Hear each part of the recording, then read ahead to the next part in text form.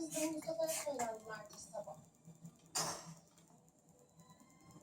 O da gitmiş annesine ağır konuşmuş.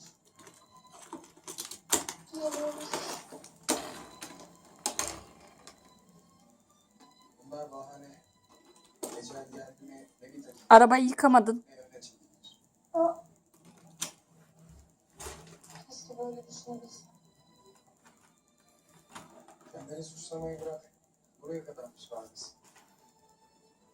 Ama insanları kaybetmeden önce değerlerini bilmek, güvenini kırmamak gerekiyor.